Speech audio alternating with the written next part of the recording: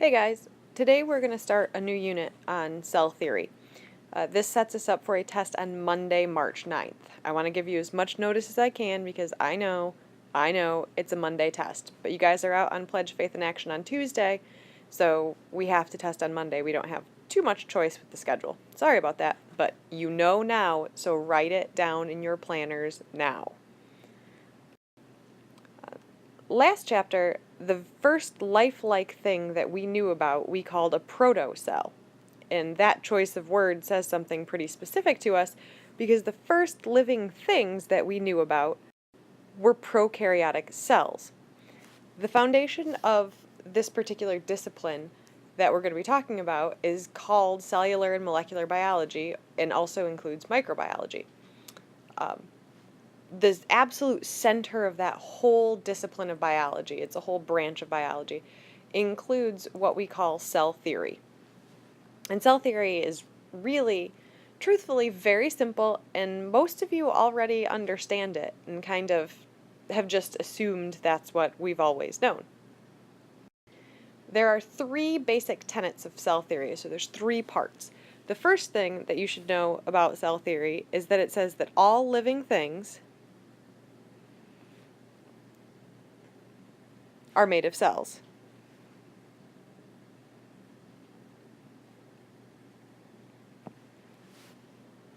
All cells, for part two, come from other cells.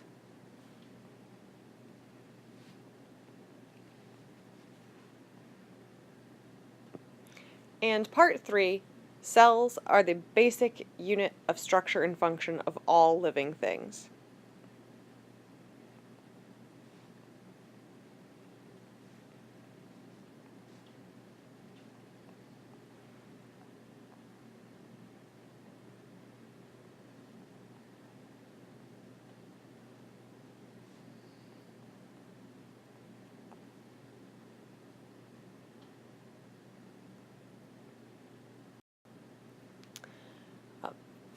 That, like I said, seems really obvious, but for a very long time before we knew cells existed, that wasn't actually obvious to biologists. It wasn't until the 17 and 1800s that we made some of those discoveries necessary to form cell theory. You already know there are two types of cells. We've discussed that beginning in the classification chapter up until last chapter, knowing that the two differences are prokaryotic cells and eukaryotic cells.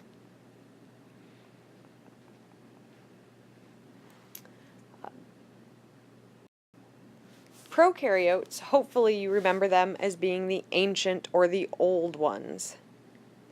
Last chapter we said the very first thing that was alive that we know of, that we have fossil record of, are early ancient prokaryotes who occupy the kingdom that we currently call Archaea. There is a huge diversity of prokaryotes. Some scientists say there are between 10 million and 1 billion prokaryotes on Earth right now. They occupy or make up the bacterial kingdoms, so they take up the kingdoms Eubacteria and Archaea. They're generally pretty small and pretty simple, and by pretty small I mean between 1 to 5 micrometers, keeping in mind that this funny thing isn't the letter U, it's the Greek letter mu, and it stands for micrometers. Refreshing your memory on the metric system, that's 10 to the negative 6, so we're talking truly tiny. They have absolutely no organelles. From my grading our last test, that's something that tripped us up. We didn't realize that means that there were no mitochondria inside of them, because a mitochondria is an organelle. So there are no nuclei, no mitochondria, and no chloroplasts in any prokaryotes. What that does mean is they have a huge metabolic diversity.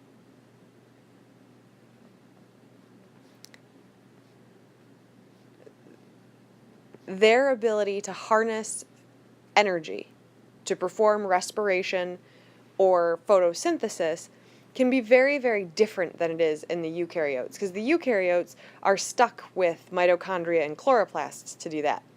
Prokaryotes are able to be as, say, inventive or flexible as possible with that process.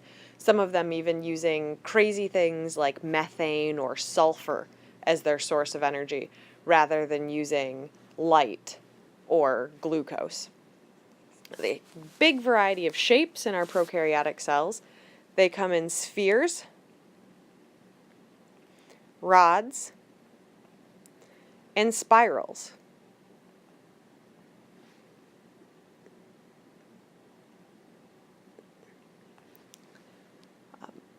All of them on their outside have a lipid membrane. In this picture you see it labeled as a plasma membrane that's made of lipids or fats. And they all also have a cell wall. And those cell walls, if you remember your classification chapter, there was a word that we called peptidoglycan. Those cell walls have peptidoglycan in them, which means it's long chains of cross-linked disaccharides with peptides, amino acids, that provides them with a rigid outer coating. Just like you can see in this particular diagram, they use a flagella, or actually flagella is plural, flagellum is the singular. So they use a flagellum for movement. It's a fairly simple flagellum. Inside of them there is no nucleus, so instead they have what we call a nucleoid region that contains usually one circular chromosome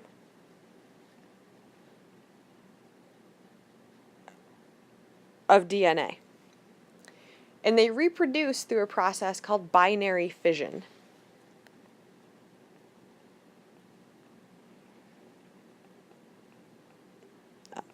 That essentially means that they make an exact identical copy of themselves, and they do exchange bits of DNA, but not through sexual reproduction. They exchange DNA with other bacteria in a process called conjugation. So that's pretty much taking a ridiculously diverse set of cells and simplifying them into the things that they all have in common, which of course is very, very different than our friends the eukaryotes. Remember, the eukaryotes are the other four kingdoms, so fungi, protista, plantae, and animalia. And here we're looking at pictures of two of the general types that we'll talk about together. Those two types are our plant cells here on the right and animal cells on the left.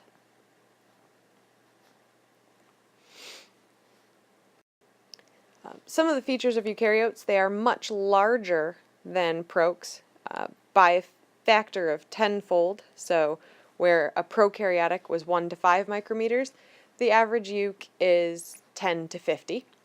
They're more complex because they have a lot more parts. They have a cell membrane made of lipids, just like the prokaryotes did, but they don't all have a cell wall. Only some of the kingdoms have a cell wall, but they do have a cell membrane.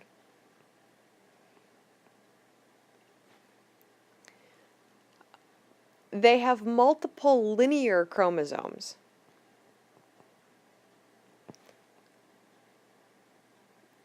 That's where all of their DNA is, in those multiple linear chromosomes. You've probably seen them depicted something like this little picture of an X. I can see if I can color that in so it looks more like an actual chromosome. There you go, little biology art for you. They reproduce by mitosis.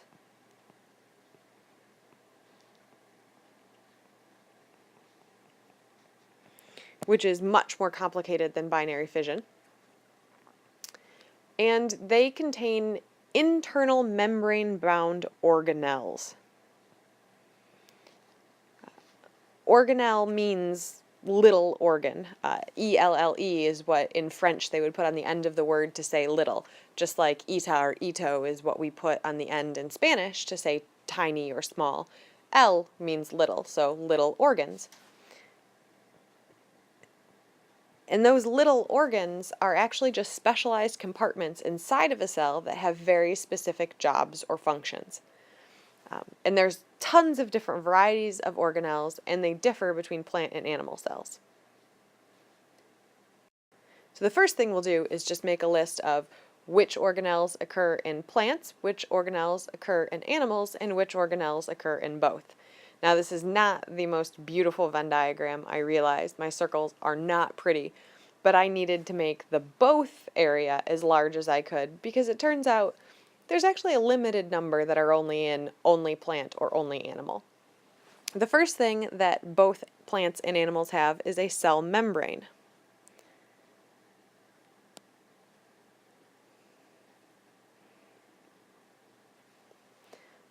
They also both have a nucleus, nucleolus, rough and smooth endoplasmic reticulum. Now I'm just going to write ER because that's the generally accepted biological abbreviation. I'll spell it out for you on a different slide. They both have mitochondria.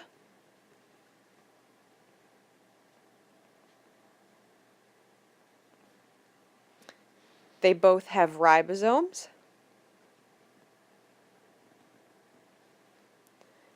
They both have a Golgi body or Golgi apparatus. They're similar terms, so you don't have to worry about them being different things. It's the same thing. And they both have peroxisomes. Oh, look at that. I managed to fit them all in the both area, and I didn't even practice. I'm proud of that. In animal cells only, we have food vacuoles,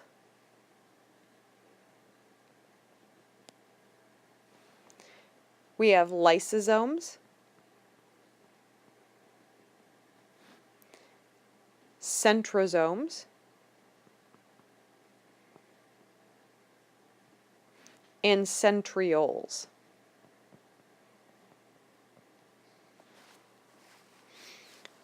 In plants, we have a central vacuole,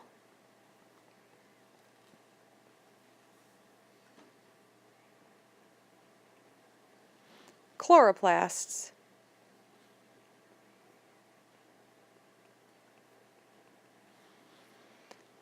a cell wall that's unique to plants only, and let's see if I can squeeze this word in here, plasmodesmata. That's a good one.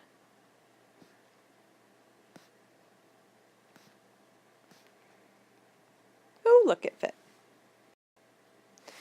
Now, general functions, a lot of these I'm not going to spend a whole lot of time on because I'm pretty confident that you actually probably covered these in your 7th grade life sciences.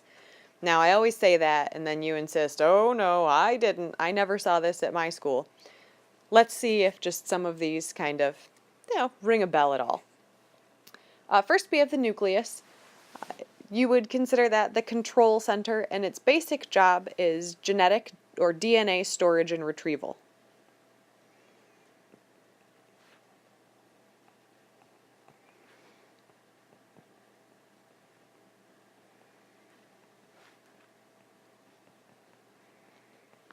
Now, as you write these, I want you guys to leave some space in between your organelles and their functions, because in Module 39 of your textbook, there are 2 amazing images that are interactive of plant and animal cells.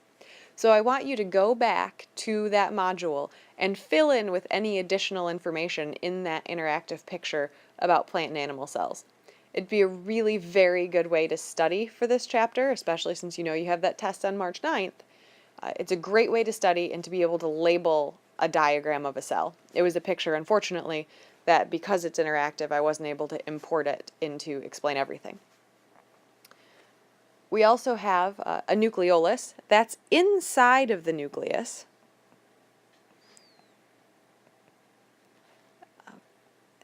And a lot of people make the mistake of thinking that the nucleolus is where DNA is inside of the nucleus, and it's not. What it actually is a dense region that assembles or synthesizes or creates ribosomal RNA.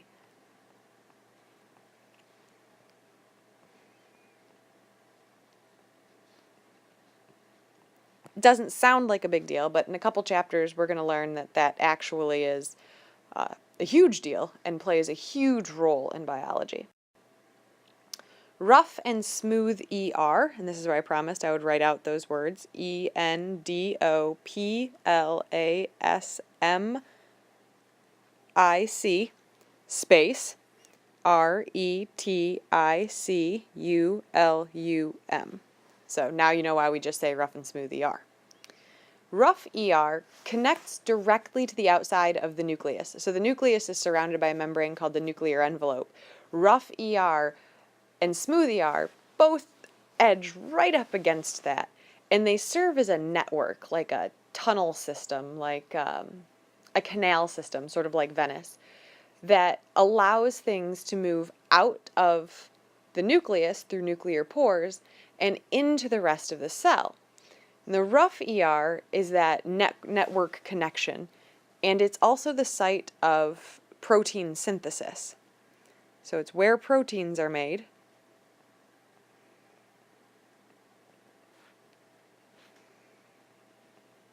And it's a canal or passageway.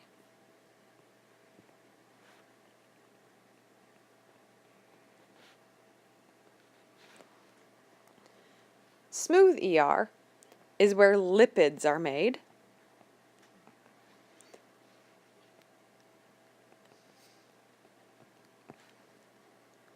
And there's some calcium ion storage in there as well.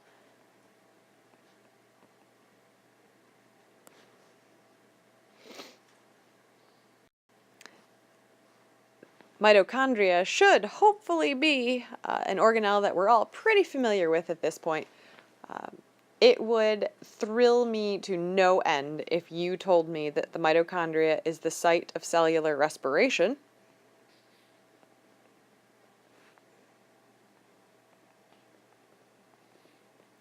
Gold star to you, my friends, if you can give me the formula for cellular respiration. Here's a hint, it's the exact opposite or reverse process of photosynthesis. That's used to create cellular energy in the form of ATP, which we call adenosine triphosphate.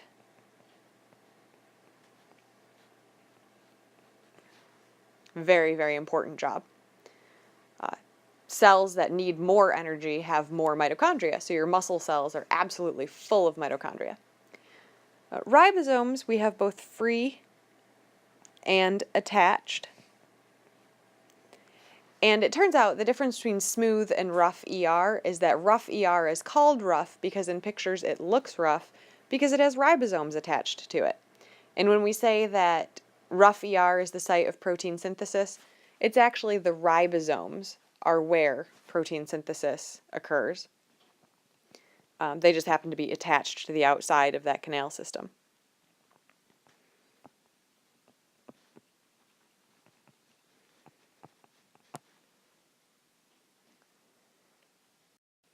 The Golgi body or Golgi apparatus, if you look at a picture, this one always looks to me like a stack of pita bread that you slice in half.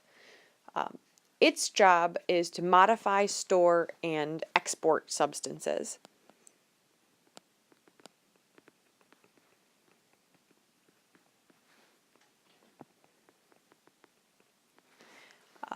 It actually produces these little bubbles that it packages things in ever so nicely, and those little bubbles are called vesicles.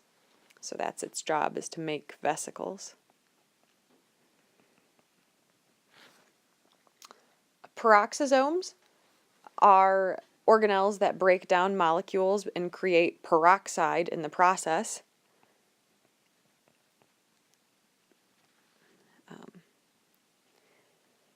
But this isn't breaking down molecules for digestion and eating.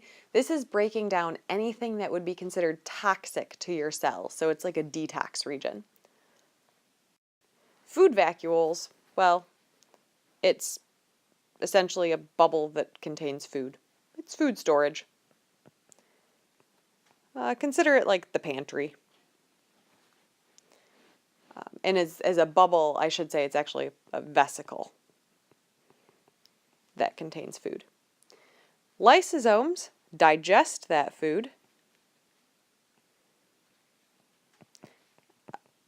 because inside of a lysosome is a very acidic environment, and that acidic environment then promotes the degradation or breakdown of any food product. Centrosomes and centrioles are actually essentially two of the same thing. Centrosome is what you have when you have two centrioles next to each other. And their job is to organize cell division. So when we learn mitosis, we'll learn all about what centrosomes and centrioles do.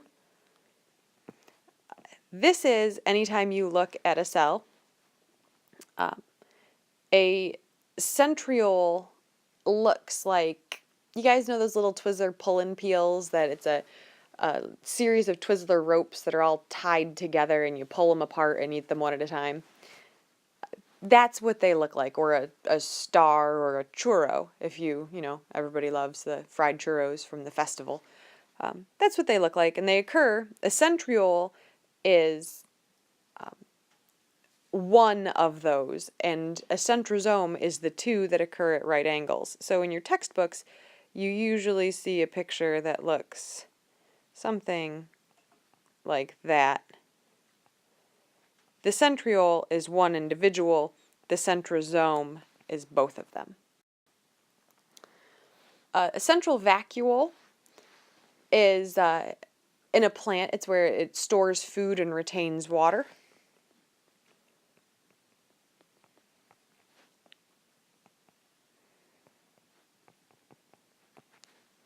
And chloroplasts, hoping that's what you guys already recognize as the site of photosynthesis.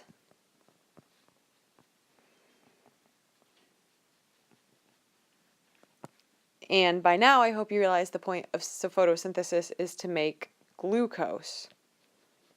So that's what happens there. The plasmodesmata sounds very, very fancy, but really it's just holes inside of the cell membrane of a plant that allows communication to the cell next to it. So it's an interstate system between the two cells who reside next to each other.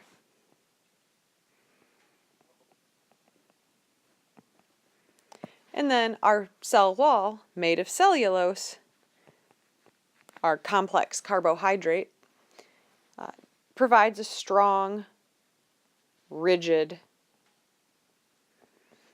exterior to a plant that provides support and protection.